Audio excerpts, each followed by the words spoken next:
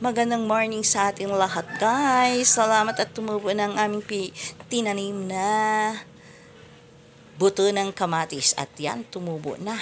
At syempre, eto na naman tayo.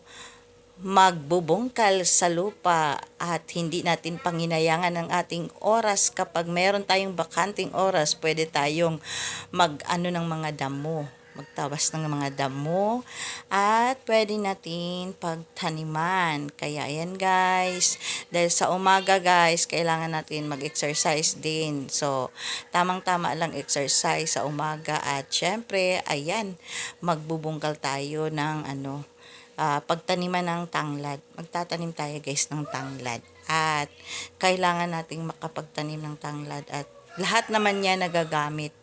Or lemongrass, kung tawagin. Ayan. So, lalo na pag nagata ka rin ng manok na native. Yum yum talaga. Kaya, ayan, magtsatsaga tayong pagbubungkal ng lupa para tayo makapagtanim. At sayang naman, guys, ayan, dala ng aking anak kahapon. So, kailangan nating itanim at para hindi masayang. Ayan, marami tayong mapaggamitan ang tanglad, guys. Pwede din nating ilaga lang sa umaga at inumin. Parang lemongrass tea. Patok yan sa mga high blood, guys. Talagang as in, gamot talaga yan sa high blood. Kaya, solid talaga yan. Kapag mataas ang BP mo, kailangan mo maglaga lang ng ganyan. Talagang mabisa, guys, ang tanglad.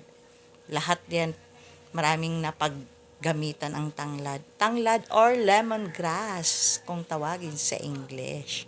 Kaya, ayan, magbisi-bisiyan tayo sa umaga para tayo ay papawisan na at magkaroon pa tayo ng tanim. O yan, so, walang masamang magtanim, guys. Itanim mo siya, guys. Walang imposibleng hindi mabuhay yan dyan. Basta alagaan mo ang iyong tanim. Pagdiligan mo sa araw para siya ay magkaroon ng power para lumaki at tumubo at dumami pa, di ba? So, kailangan din natin kapag nagtanim ay mahalin din natin ang ating tinanim para naman siya ay sisipaging tumubo at dumami pa, 'di ba? So, kailangan lang natin yung mga bakante-bakanting lupa natin sa harapan habang so meron din tayong mga magandang nagagawa. Kaya niyan.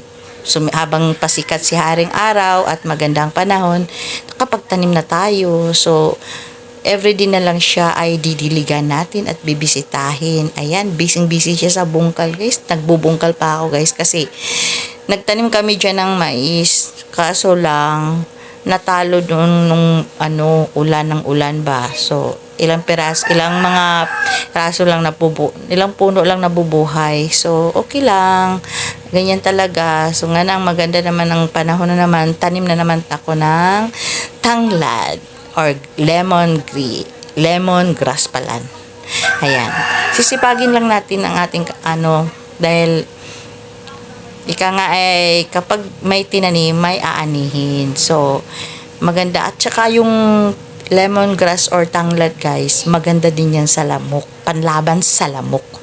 So, din pag may tanim ka ng lemongrass. Panlaban talaga, guys, yan sa lamok.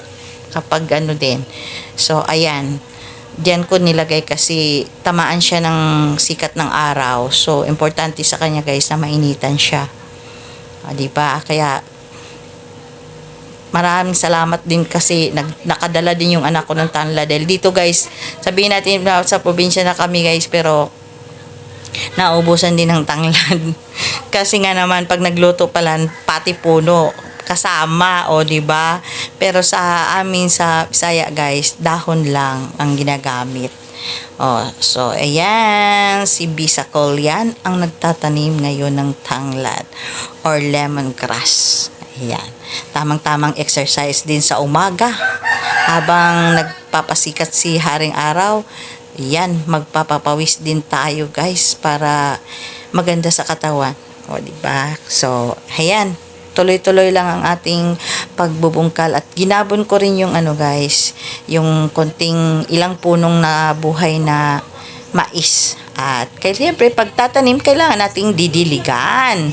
Hayan ang mga kalangga, diniligan na natin ang ating tinanim na tanglad or lemongrass para naman siya ay mabuhay yung kanyang ugat at makapag-ugat pa ng marami at para dumami pa ang kanyang mga puno. So, sisipagan lang natin guys sa bawat araw. Kailangan din nating diligan sila, di ba? Para naman masipag umusbong at dumami pa ang kanyang mga puno. So, ayan.